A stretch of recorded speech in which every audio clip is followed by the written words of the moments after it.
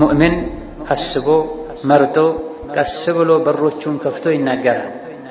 የአስተዋይ ምላሱ ያለው ከዓቅሉ በስተጀርባ ነው። የጃሂል የሞኝ ምላሱ ያለው ከዓቅሉ በፊት ነው። ጃሂል ሞኝ ከተናገረ በኋላ ነው የሚያስበው። አዋቂ አስተዋይ አስቦ ነው የሚናገረው። አንዱ መንገድ የሄደ ሳለ ከአንድ ዓለም ጋር ዛሬ እንዴት ይበርዳል፣ ዛሬ እንዴት ይበርዳል። ዓለሙ መለስ አሉና እንዴት ይበርዳል ስላልክ ሞቀህ እንዴ ያሉት። ምንም ፋይዳ የሌለው ንግግር ነው የተናገርከው ማለት። ከበረደህ መልበስ፣ ልብስ ከሌለ ዝም ማለት። እንዴት ይበርዳል በማለት ፋንታ ሱብሃንአላህ ሱብሃንአላህ ላኢላሃ ኢለላህ ማላ ያዕኒ ቀልብን ያደርጋል። የሰላቱ ወሰላም አንድ ሰው በመላሱ በተናገራት አንዲት መጥፎ ቃል ምክንያት ከምስራቅ እስከ ምዕራብ የሚያክል ርቀትን ጀሀነም ላይ እንደሚሽከለከል ነብይ ተናገረው። በአንዲት መጥፎ ቃል ምክንያት 70 ዓመት ወደ ታች ጀሀነም እንደሚወርድም ረሱል ተናገሩ ሰለላሁ ዐለይሂ ወሰለም። በአንዲት መጥፎ ንግግር ብቻና ብቻ ማለት ነው። ይሄን የተረዱ ሰሐቦች ምላሳቸውን ይዘው هذا الذي أوردني المهالك ነው፣ ይሄን እኮ ለአደጋ የሚያጋልጠኝ ያሉ ምላሳቸውን ይተሳሰቡት ነው። አንተ ምላስ ሆይ ዝም በል ይሉት ነበር፣ ይቆጣጠሩት ነበር። በተናገሩት ንግግር አላህ ዘንድ እንደሚጠየቁ ስለሚያውቁ አስቀድመው ምላሳቸውን አደብ ያስተምሩት ነው። እኛ ንግግር ከተናገረን በኋላ ነው መቆጨት ምን ጀመረ፣ አስበን እንደማንናገር የሚያሳይ ዑመር ኢብኑ አልኸጣብ ንግግር መብዛት ቀልብ ያደርቃል። አላህ ዘንድ መጥፎ ቀልብ ከአላህ የራቀ ቀልብ ማለት ንግግር የሚያበዛ ሰው ቀልብ ነው ብለው ليس من يقطع طرقا بطلا إنما من يتقي. والصلاة والسلام على خير خلق الله محمد بن عبد الله وعلى آله وأصحابه ومن والاه، أما بعد. السلام عليكم ورحمة الله وبركاته. الله تبارك وتعالى የሰው ልጆች እጅግ በጣም በዛ ያሉ ተቆጥረው የማያልቁ ጸጋዎችን ሰጥቷል። ከነዚህ ጸጋዎች መሃል አንዱ መናገር የመቻል ጸጋ ነው። አላህ ተባረከ ወተዓላ ምላስን ሰጥቶን በምላሳችን ኸይርን እንድናገር መጥፎ ከመናገርም እንድናስረውና እንድናግደው አዞናል። አላህ በሰጠው ምላስ ኸይርን፣ መልካምን፣ ዚክርን፣ ቁርአንን ያነበበና የተናገረ አላህ ዘንድም የሰው ልጆች ዘንድም የተከበረና የተወደደ የሆነ አላህ ተባረከ ወተዓላ በሰጠው ምላሱ ሸርን፣ ኩፍርን፣ መጥፎን ነገር የተናገረ ደግሞ አላህ ዘንድ ተባረከ ወተዓላ የሚያፈር ሲሆን ሰዎች ዘንድም ምላሱን የማይጠብቅ በምላሱ ሰዎችን የሚነካ አዳ የሚያደርግ የተወገዘና የተጠላ ይሆናል። ነው ምላስ በአግባቡ ከተጠቀምነው ጠቃሚ መሳሪያ፣ አጠቃቀሙን ካልቻልንበት ጎጂ መሳሪያ። የሚጎዳው በአንደኛ ደረጃ ራሳችንን። ምላስ ምንም እንኳ ቅርጹ ትንሽ ቢሆንም የሚያስከትለው መዘዝ እጅግ በጣም የከፋ ነው። ያለ አግባብ ከተጠቀምን የሚያስከትለው ጥቅም ደግሞ የጎላ ነው በአግባቡ ከተጠቀምን። ኢዳ አላህ ተባረከ ወተዓላ ምላስን አስመልክቶ በዛ ያሉ አንቀጾችን አውርደዋል። ነቢያችንም ዓለይሂ ሰላቱ ወሰላም በምላስ ዙሪያ ብዙ ብለዋል። ሑከማዎች፣ ዑለማዎች፣ ገጣሚዎችም ምላስን አስመልክተው ብዙ ተናግረዋል። ኢሕፈዝ ሊሳነከ ያ ኢንሳኑ ላ የልደገነከ ኢነሁ ቱዕባኑ ተብሏል። አንተ የሰው ልጅ ሆይ ምላስህን ጠብቅ እንዳይነድፍህ እባብ ነው ተብሏል። ስንትና ስንት ጀግኖች ይፈሩት የነበረ ጀግና ሰው ሳይሆን መሳሪያ ሳይሆን ምላሱ ገድሎታል። ኢዛ አላህ ተባረከ ወተዓላ የሰጠንን ምላስ በአግባቡ ልንጠቀም፣ አላህ ከሚጠላው ነገር ልንጠብቅ፣ ልናስረው ይገባናል። ምላስ አደገኛ ስለሆነ ጥበቃ፣ ክትትል ስለሚያስፈልገው ነው አላህ ሲፈጥረው ከሁለት በሮች በስተጀርባ ያደረገው፣ ሁለት በር የገጠመለት። እያንዳንዱ የሰው ልጅ ምላስ ያለው በሙሉ ለምላሱ ሁለት በሮች አሉት። የተኛውም አቅል ያለው ሰው መናገር ሲፈልግ እነዚህ ሁለት በሮችን ነው ከፍቶ የሚናገረው። አስተዋይ ሰው በሩን መች መክፈት መች መዝጋት እንዳለበት ያውቃል። ሞኝ ሰው በሩን ክፍት ይተዋል። አንደኛው በር ጥርሶች ናቸው፣ ሁለተኛው በር ከንፈሮች ናቸው። ሙእሚን አስቦ መርጦ ቀስ ብሎ በሮቹን ከፍቶ ይናገራል። የአስተዋይ ምላሱ ያለው ከዓቅሉ በስተጀርባ ነው። የጃሂል የሞኝ ምላሱ ያለው ከዓቅሉ በፊት ነው። ጃሂል ሞኝ ከተናገረ በኋላ ነው የሚያስበው። አዋቂ አስተዋይ አስቦ ነው የሚናገረው። ንግግሮቻችንን እስካልተፋናቸው ድረስ እስካልተነፈሰን ድረስ በቁጥጥራችን ስር ማድረግ እንችላለን። ንግግር ግን አንዴ ካፈተለከ ከወጣ በኋላ ይቆጣጠረናል እንጂ መልሰን ልናስገባው አንችልም። አንድን ሰው ከሰደብነው በኋላ ካንቋሸሽነው በኋላ የሌለበትን ከለጠፍን በኋላ መልሰን እንደ ድሮ እንዋደድ ብንለው ጥቂት አላህ የመረጣቸው ባሮች ካልሆኑ በስተቀር ስሜን ካጠፋህ በኋላ ካስቀየምከኝ በኋላ ከዘለፍከኝ በኋላ እያሉ ያመራሉ ሰዎች። እያንዳንዱ አስተዋይ የሆነ አላህን የሚፈራ ሰው ምላሱን ሊያስር ይገባዋል። ምላሱን ሊቆጣጠር ይገባዋል። ምድር ላይ ካሉ ሊታሰሩ ከሚገባቸው ነገሮች ሁሉ ይበልጥ መታሰር ያለበት ምላስ ነው። ምድር ላይ ካሉ ሊታሰሩ ከሚገባቸው ነገሮች ሁሉ ይበልጥ መታሰር የሚገባው ምላስ ነው። የሰው ልጅ እስካልተናገረ ድረስ በሰላም መኖር ይችላል። ሲናገር ወይም ይከስራል ወይም ያተርፋል። አላህ ተባረከ ወተዓላ መልካምን እንድንናገር ከመጥፎ ዝም እንድንል አዞናል። ወቁሉ ሊናሲ ሑስነን ብሏል። ለሁሉም የሰው ልጅ መልካምን ተናገሩ ብሏል። ለሙስሊሙም ለካፊሩም፣ ለወዳጁም ለጠላቱም፣ ለወንዱም ለሴቱም፣ ለትልቁም ለትንሹም መልካምን እንድንናገር አላህ አዞናል። መልካምን መናገር፣ ጥሩን መናገር፣ መጥፎን ከመናገር ራስን ከፍ ማድረግ መታቀብ የጥሩነት ምልክት ነው፣ የብስለት ምልክት ነው። ከአፍ የሚወጣውን አለማወቅ፣ ምላስን ማስረዘም፣ ቃላትን አለመምረጥ የመጥፎነት ምልክት ነው። ሰው የሚናገረው ልብ ውስጥ ያለውን የሚያስበውን የሚያምንበትን። ኢዛ ቃሉ አልመርኡ ቢአስገረይሂ የሰው ልጅ የሚለካው በሁለት ትንንሽዬ የሰውነት አካሎቹ ነዋ። የሰው ልጅ የሚለካው የሚመዘነው ማንነቱ የሚታወቀው ቢአስገረይሂ በሁለት ትናንሽ የሰውነት አካላቶቹ ነው አሉ። ሊሳኒሂ ወቀልቢሂ በምላስና በልቡ ነው ሰው የሚለካው። በጡንቻው ሳይሆን፣ በፊቱ ሳይሆን፣ በሙያው ሳይሆን። ምላሱ ጥሩ የሚናገር ልቡ ጥሩ የሚያስብ ትልቅ ሰው፣ ምላሱ መጥፎ የሚናገር ልቡ መጥፎ የሚያስብ ክብር የሌለው ሰው።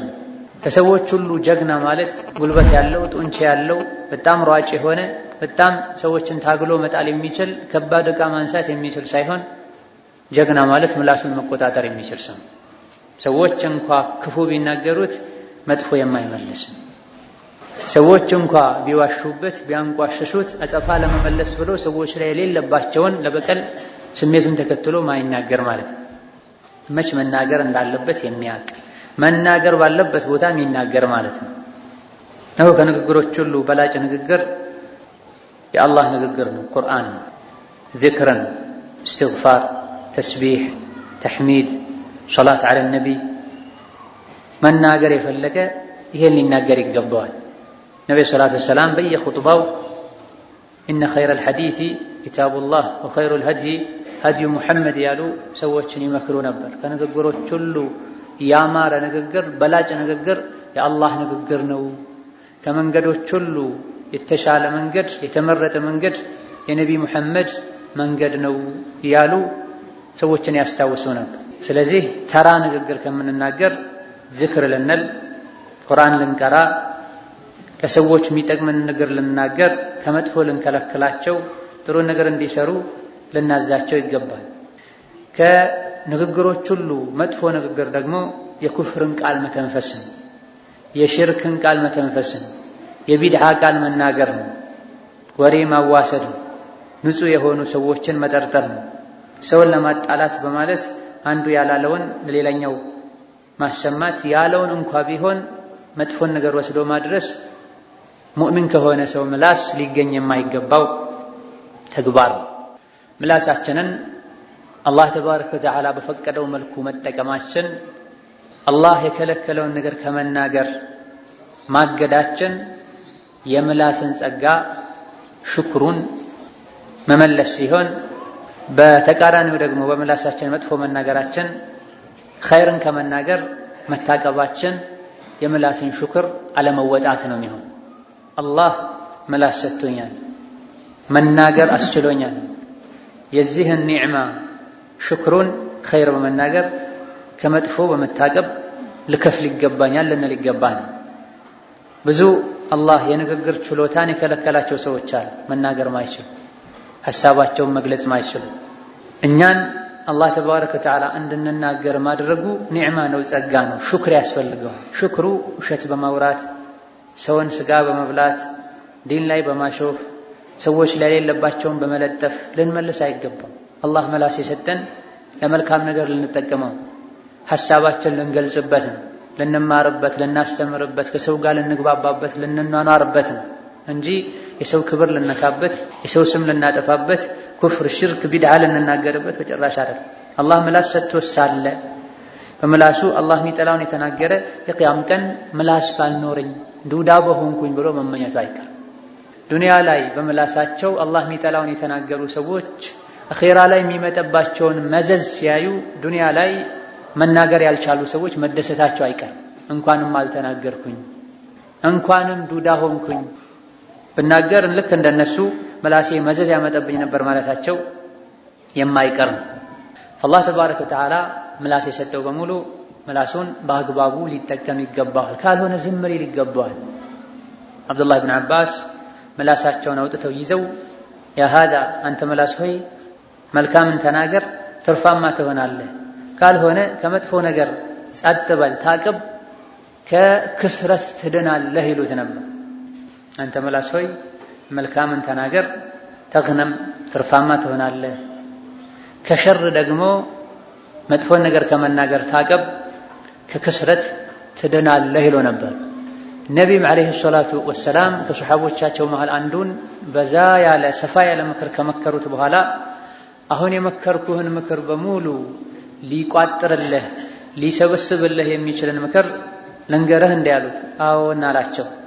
ምላሳቸውን አውጥተው በመያዝ በንግግር ብቻ ከመግለጽ ይልቅ አእምሮ ላይ እንዲቀረጽ እንዲያየው እንዲሰማው ምክሩን ምላሳቸውን አውጥተው ይዘው ኩፍ ዐለይከ ሃዳ አሉት።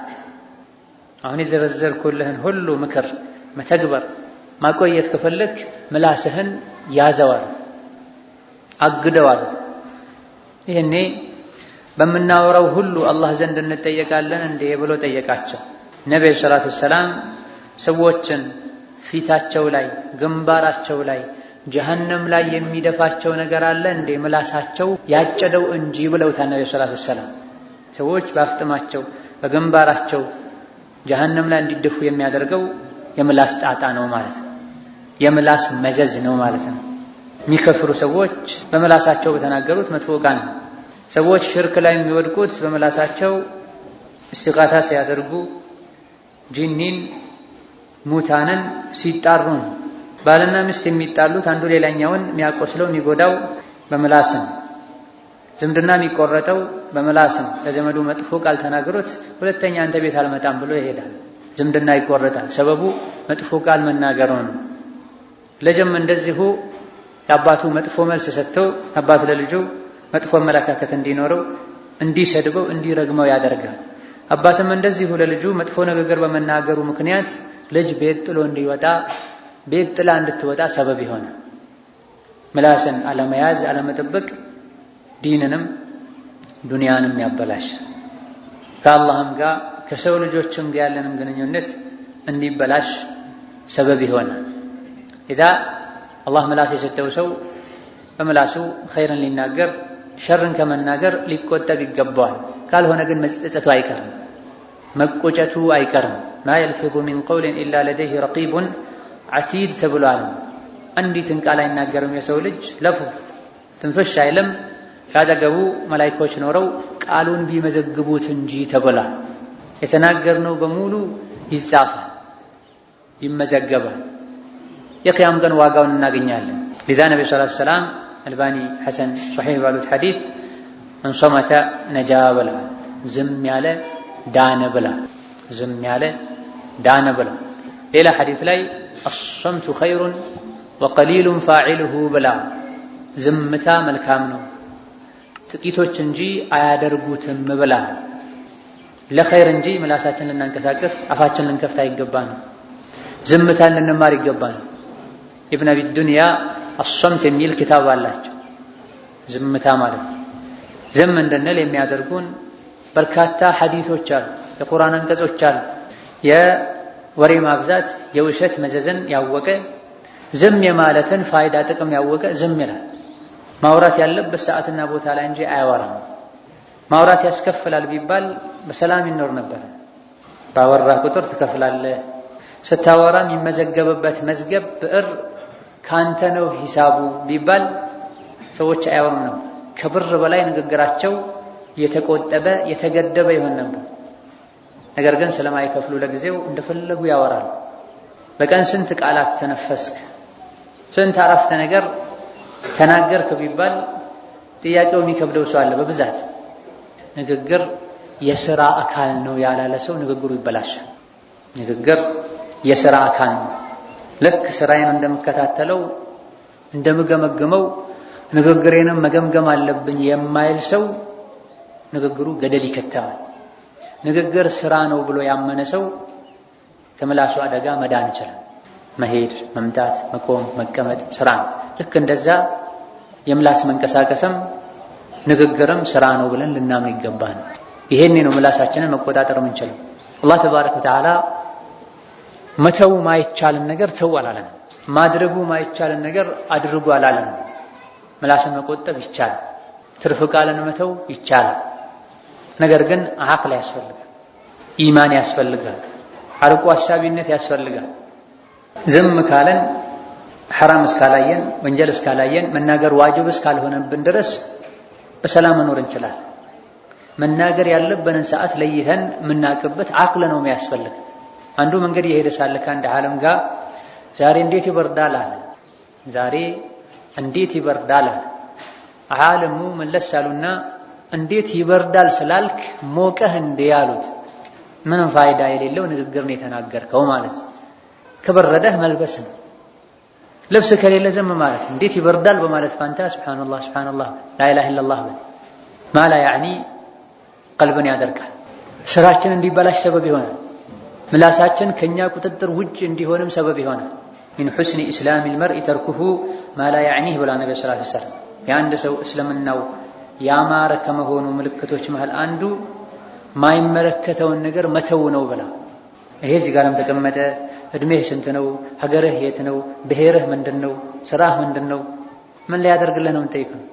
ለምክንያት ለዓላማ ከሆነ ጠይቅ፣ ችግር የለም። ካልሆነ ግን ከላይ እስከታች የፖሊስ ምርመራ በል ከዛ በላይ አንዳንዴ ይሄ ጥላቻን ያመጣል፣ ያስገምታል፣ ሰዎች እንዲሸሹህ ሰበብ ይሆናል። ንግግርህ ለምክንያት ይሁን። ማይመለከተህን ተው፣ የሚመለከተህን አውራ። አንዳንዴ የሚመለከተህንም ተው፣ አደብ ለመያዝ ማለት ነው። ሁሉም ካወራህ የሚፈቀደውን ዛሬ ከጨረስከው የመጣልህን ያየኸውን ሁሉ ካወራህ ምላስህ ቀስ ያለ ማይመለከተውንም ማውራት ይጀምራል። ምላስ የመቆጣጠርን አንገብጋቢነት፣ ምላስን ቸላ የማለት አደገኝነት ካወቁ ደጋ ቀደምቶች መሃል አንዱ አፋቸው ላይ ድንጋይ ይዘው ይሄዱ ነበር። ምላሳቸውን ለመቆጣጠር አደብ ለማስተማር ማለት ነው። አፋቸው ውስጥ ሁሌ ድንጋይ አለ። ዋጅብ የሆነ የግድ የሆነ መናገር ያለባቸውን ነገር መናገር ሲፈልጉ ድንጋዩን አውጥተው ይናገራሉ። መልእክቱ ካበቃ በኋላ መልሰው ድንጋዩን ያስገቡታል።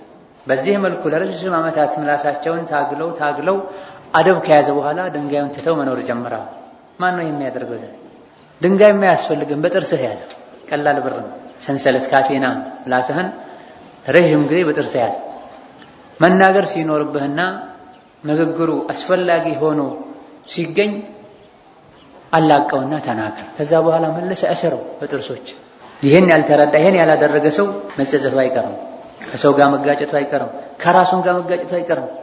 ውሸት፣ ሐሜት፣ ወሬ ማዋሰድ፣ ዲን ላይ ሸሪዓ ላይ ማያውቁትን መናገር የምላስ መዘዞች ጣጣዎች ናቸው። ከዚህ የተድን ዘንድ ሸሪዓን ልንማር የምላስን አደጋ ልናቅ ይገባናል። ለኸይር እንጂ ከመናገር ልንታቀብ ልንጠነቀቅ ይገባናል። በዋነኝነት የምላስ ጣጣዎች ሁለት ናቸው። በዋነኝነት ትልቅ የምላስ ጣጣ የሚባሉት ሁለት ናቸው። አንደኛ ባጥልን መናገር፣ ውሸትን፣ መሰረት የሌለውን አላህ የሚጠላውን የሰዎችን ቀልብ የሚያቆስለውን መናገር። ሁለተኛው ዋና የምላስ ጣጣ ሐቅን፣ ዋጅብን፣ ግዴታ የሆነ ነገር ከመናገር መታቀብ። ሶላት የማይሰግድ መሆኑን ያወቀ ልጁን አለመናገሩ ሐቅ ከመናገር ወደ ኋላ ማለት ነው። የምላስ ጣጣ ነው። የሰው ስጋ ሲበላ አይተህ ዝም ማለት የምላስ ጣጣ ነው። ወከዛሊክ ቆሻሻ ፊልም የሚያይ ሰው፣ ወንጀልም የሚሰራ ሰው መናገር ተው ይሄ ወንጀል ነው ከአላህ ያጣላል ማለት የቻለን ዝም ማለት የምላስ ጣጣ ነው። እንዲህ አይነቱ ቦታ ላይ እንድንናገርበት ነው አላህ ምላስ የሰጠን። ነገር ግን የአብዛኛው ሰው ሐል በተቃራኒ ሆኖ ነው የምናገኘው። መናገር የሌለበትን ሲናገር፣ መናገር የሌለበት ቦታ ላይ ሲያወራ እንሰማለን። መናገር ያለበት ስፍራ ላይ ምንም አይመስልም፣ ዝም ብሎ እናያለን። አላህ ተባረከ ወተዓላ ምላስ የሰጠን በአግባቡ ልንጠቀመው ነው። ልጁ ሶላት ማይሰግድ ሰው ልጄ ሆይ ስገድ ስገድ ስገድ ብሎ መምከር አለበት። ባለቤቱ ሒጃብ ማታደርግ ወንድ ባለቤቱን ሒጃብ አድርጊ ብሎ መምከር አለበት። ነገር ግን የትኛውም ሰው መልእክትን ሲያስተላልፍ ሐሳቡን ሲገልጥ ብለቲ ሂያ አሕሰን መሆን አለበት። ሙስሊም ተሳዳቢ አይደለም፣ ተራጋሚ አይደለም። ሙስሊም ሰዎች ሲሰሙት እንዲዘገነናቸው እንዲጠየፉ የሚያደርግን ቃል የሚናገር አይደለም። መልእክቱ ንግግሩ መልካምም ሆኖ መልእክት ያስተላለፈው መንገድ መጥፎ ሊሆን ይችላል። ሰዎች መልእክቱን ይመልሱታል። ኢዛ አላህ ወቁሉ ሊናሲ ሕስነን ብሎ ለሁሉ የሰው ልጅ መልካምን ተናገሩ ብሏል። ነቢዩ ሰላቱ ወሰላም ከዓይሻ ጋር ቁጭ ባሉበት አንዱ አይሁዲ ነቢይን ዓለይሂ ሰላቱ ወሰላም አሳሙ ዓለይክ አላቸው። ሞት ላንተ ይሁን አላቸው። ሳም ማለት ሞት ነው። እሱ ግን አይሁዶች ከድሮ ጀምሮ የታወቁ ተንኮለኞች ናቸው። አሰላሙ ዓለይኩም ያልኩ ይመስልልኛል ብሎ ነው አሳም ዓለይኩም ያሉ። አሰላሙ ዓለይኩም የታወቀው ሰላምታ ነው። ሰላም ለእናንተ ይሁን። ላማ አንትቶ ሳም ዓለይኩም ሲል አይሻ ሰማቸውና አንተው ላይ ይሁን የአላህ እርግማን የሚጨመርበት አለችው። ነቢ ሰምተዋል፣ ያለውንም ተረተዋል። ወዓለይክ ብቻ ብለውታል፣ አንተው ላይ ብለውታል። ያለውን መልሰው አይሻ ግን ጨምረው መለሱለት። አንተው ላይ ይሁን እርግማኑ የሚጨመርበት አለችው። ይሄኔ ነብዩ ሰለላሁ ዐለይሂ ወሰለም አይሻ ሆይ ተጋበይ፣ የትኛውም ነገር ላይ እርጋታ ከታከለበት ያምራል፣ ይስተካከላል። የትኛውም ነገር ላይ ችኮላ፣ ጭካኔ፣ ሀርደኝነት ከታከለበት ይበላሻል። ያለውን አልሰማህም እንዴ አለቻቸው። አይ ሰምቻለሁ። እኔስ ያልኩትን አልሰማሽም እንዴ? አሳሙ ዓለይክ ሞት ላንተ ይሁን አለኝ። እኔ ሳም የሚለውን ሳልጠቀመው ወዓለይክ ላንተው አልኩት መለስኩት በማለት ነብዩ ሰለላሁ ዐለይሂ ወሰለም አስከትለው ከመቼ ጀምሮ ነው እኔ ፋሒሽ የሆነን ቃል ስናገር የሰማሽኝ? ሰዎች እንዲጠየፉት እንዲዘገንናቸው የሚያደርግን ቃል ስናገር መች ሰምተሽ ታውቂያለሽ? ብለዋል ነብዩ ሰለላሁ ዐለይሂ ወሰለም። መጥፎ ቃል እንኳን ተናግረውን መጥፎ መመለስ የለብንም። ኢድፈዕ ቢለቲ ሂያ አሕሰን። ሰዎች መጥፎ ከተናገሩ መጥፎ ካደረጉ እንኳ ቢለቲ ሂያ አሕሰን ባማረው መልስላቸው። ፈኢዘ ለዚ በይነከ ወበይነሁ ዐዳወቱን ከአነሁ ወልዩን ሐሚም። መጥፎ ተናግረውም አንተ ጥሩ የመለስከለት ሰው ጠላትነቱ ቀርቶ ቅርብ ወዳጅ ይሆናል ብሏል አላህ ተባረከ ወተዓላ። ከቀደምቶች መሃል አንዱ ሱሪውን የጎተተ የተንቀባረረ ሲሄድ ከአንድ ሼኽ ጋር የነበሩ ደረሶች ተከታዮች አዩትና የኃይል እርምጃ ሊወስድበት ፈለጉ። ባለንበት ጊዜ ሱሪ እንደ ቀላል እንደሚጎተተው አልነበረም። እንደ ቀደምቶች ዘንድ ልብስን መጎተት ለየት ያለ ወንጀል ነበር። ልብሱን የሚጎተተው አይተው እንደ ተራ ቁጥሩ አያልፉም ነው። ፈአራዱ አን የብጥሹ ቢሂ ይላል። እርምጃ ሊወስዱበት ሊበቀሉት ፈለጉ። ሼኻቸው ተውት ለኔ ያሉና ጠሩት። አቤት አላቸው። ሊ ኢለይከ ሓጀቱን አሉ። ካንተ የምፈልገው ነገር አለኝ አሉ። ምንድነው የምትፈልገው አላቸው። ልብስህን ትንሽ ከፍ አድርገው አሉ። ቃለ ሰምዐን ወጣዕ፣ እሺ ደስ ይለኛል አላቸው። ከዛ በኋላ ሰውየው ልብሱን ከፍ አድርጎ ሄደ። መለስ አሉና እናንተ ባሰባችሁት መንገድ ቢሆን ይሄን አናገኘውም ነበር፣ ከሱም ጋር ትጣሉ ነበር። በመልካም ንግግር አናገርኩት፣ ልብሱን ከፍ አደረገ። بمعنى كلامه እኛም መጥፎ ተናገረን ያሰብነውም ተሳካ፣ ወንድማችንንም አዳነን ብለዋል።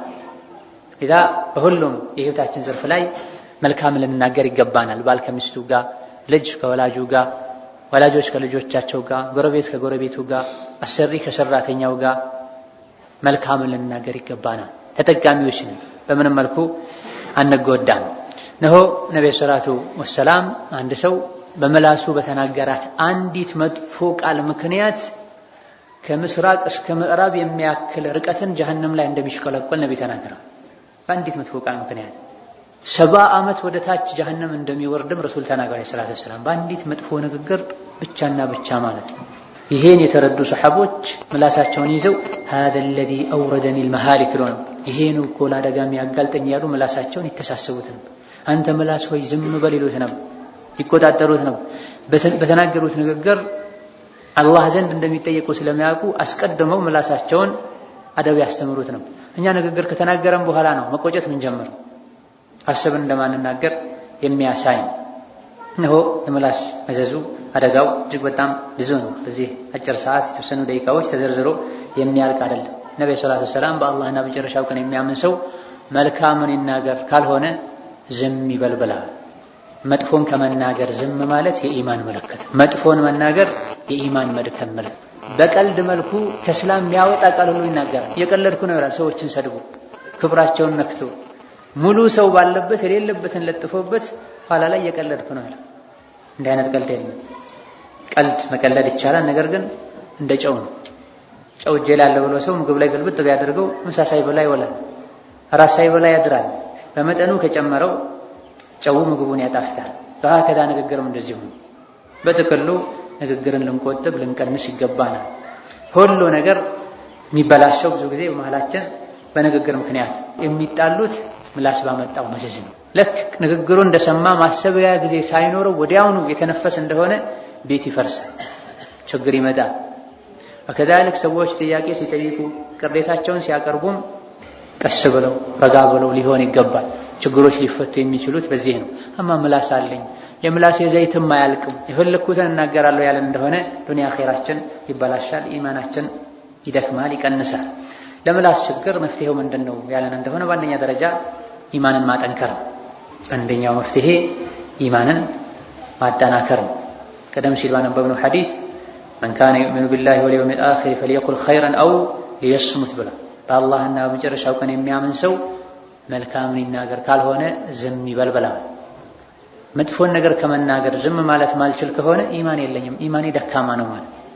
ሸርን፣ ክፉን፣ ሐሜትን፣ ነሚማን ሸሪዓ ላይ ማላቀውን የምናገር ከሆነ ኢማኔ ደካማ ነው ማለት። ኢማን የሚያጠናክሩ ነገሮች አሉ። ቁርአን ዘወትሮ መቅራት፣ የሞቱ ሰዎችን አስታውሶ እኛም ነገ ወደዛ እንሄዳለን ማለት፣ መቃብር መዘየር መሰል የሆኑ ኢማን እንዲጨምር እንዲስተካከል የሚያደርጉ ነገሮች አሉ። ይህም በማድረግ ኢማንን ማጠናከር ነው። ሁለተኛው ምላስን ለቀቅ የማድረግን መዘዝ ጠንቅቆ ማወቅ። ምላስን ለቀቅ የማድረግን መዘዝ ጠንቅቆ ማወቅ ነው። ከመዘዞቹ አንዱ ምላስን ለቀቅ ካደረግነው ንግግር ይበዛል። ንግግር ከበዛ ጥፋትና ስህተት ይበዛል። ጥፋትና ስህተት ከበዛ ቀልብ ይደርቃል። ቀልብ ከደረቀ ከአላህ እንርቃለን፣ ሸይጣን ይጠጋናል። ዑመር ብን አልኸጣብ ንግግር መብዛት ቀልብ ያደርቃል። አላህ ዘንድ መጥፎ ቀልብ፣ ከአላህ የራቀ ቀልብ ማለት ንግግር የሚያበዛ ሰው ቀልብ ነው ብለዋል። ኢዛ ምላስን ማስረዘም መዘዞች መሃል አንዱ የቀልብ ድርቀትን ማስከተሉ ነው። ወከዛልክ አንዲት ቃል መጥፎ ከሆነች አላህን ካስቆጣች 70 ዓመት ወደ ጀሀነም እንድንወርድ ሊያደርገን ይችላል ልንል ይገባናል። ወከዛልክ ምላስን መልቀቅ ከሰዎች ጋር ባለን ግንኙነት የሚያስከትለውን መዘዝም ማወቅ እንደዚሁ የምላስን የመልቀቅ ጉዳት ነውና ምላሳችንን ልንቆጥብ አስበን ልናወራ ይገባናል። በሶስተኛ ደረጃ ምላስን ለመቆጠብ ከምላስ ጣጣ ችግር ለመዳን የሚረዳው ከጥሩ ሰው ጋር መዋል፣ መጥፎ ጓደኛን መራቅና መጠንቀቅ ነው። ነብዩ ሰለላሁ ዐለይሂ ወሰለም አልመርኡ ዐላ ዲኒ ኸሊሊሂ ፈልየንዙር አሐዱኩም መን ዩኻሊል ብላ። ሰው የጓደኛው ዲን ላይ ነው የሚሆነው፣ አንዳችሁ ማንን ጓደኛ እንደሚያደርግ ይመልከት ያስብ ብላ። ውሸታም ጓደኛ ያለው ሰው በሂደት ውሸታም ይሆናል። ውሸትን ሰምቶ ማጽደቁ ራሱ ከውሸቱ ከራሱ ያልተናነሰ ወንጀል ነው። ሐሜት ሐራም ነው፣ ሐሜትን መስማትም ሐራም። ውሸት ሐራም ነው፣ ውሸትን መስማትም ሐራም ነው። ውሸታም የሚሰማው ባያገኝ አይዋሽም። ሐሜተኛ የሚቀበለው ባያገኝ አያማም። ስለዚህ ሁለቱም ተጋሪ ወንጀል ላይ ተጋሪ ናቸው ማለት ነው። ኢዳ ጥሩ ጓደኛ ልንመርጥ፣ ውሸታም የሆነ ሙናፊቅ የሆነ ምላሱ አደብ የሌለውን ጓደኛ ልንርቅ ይገባናል። ከመጥፎ ጓደኛ ርቀን ከጥሩ ጓደኛ ከዋለን የንግግር አደብ እንማራለን። ማይዋሽ ሰውን በመጥፎ የማያነሳ ጓደኛ ያለው ሰው ራሱን ወደሱ ከፍ ማድረግ ማሳደግ ይችላል። ከመጥፎ ጓደኛ በተቃራኒ ማለት ነው። መጥፎ ጓደኛ ያለው ሰው ምንም እሱ ጥሩ ቢሆን ጓደኛው የጎተተ እሱ ወዳለበት ጭቃ ያስገባዋል። ባለንበት ዘመን እውነተኛ ሆኖ መኖር ከባድ ነው ይላል። ቢሮ ሲሄድ መዋሸት፣ ቀበሌ ሲሄድ መዋሸት ነው፣ ትራፊክ ሲይዘው መዋሸት ነው፣ ባለቤቱ ስደውልለት መዋሸት ነው። ያለው እዚህ ነው ክፍለ ሀገር ነኝ ይላታል። ያለው መሀል መርካቶ ነው ቄራ ነኝ ይላታል። ሁሌ ጠዋት ማታ ቀን ውሸት ከሰማ ለውሸት ያለው ጥላቻ ይቀንሳል። ውሸት ሲሰማ ይደነግጥ የነበረው ይቀራል። በህደት እሱም ልሞክራት ይላል። አንዴ ከጀመረው ይዞት ገደል ይገባል። ኢዛ ጥሩ ጓደኛ እንመርጥ ይገባናል። በአራተኛ ደረጃ ዚክር ማብዛት ምላስን ለማስተካከል የሚረዳው ዚክር የምላስን ቆሻሻ አጥቦ ያስወግዳል፣ ምላስን ያስተካክላል። ምላሳችንን እንድንቆጣጠረው አላህ ያግዘናል። ፈዝኩሩኒ አዝኩርኩም ብሏል። አስታውሱኝ አስታውሳችኋለሁ ብሎ አላህ ተባረከ ወተዓላን ሌት ተቀን ካስታወስን ቁርአን ከቀራን ምላሳችን ለትርፍ ቃል አይታዘዘንም፣ ጊዜም አይኖርም። መጥፎን ነገር በምናወራበት ወቅት ዝክር ብንል ቁርአን ብንቀራ ለወንጀልና ለመጥፎ ነገር ጊዜ አይኖርም። አላህ ተባረከ ወተዓላ ሁላችንም በሰማነው የምንጠቀም ያድርገን፣ ምላሳችንን ለመቆጠብ ለማሰር ያግዘን። ሀደ ወላሁ ተዓላ አዕለም።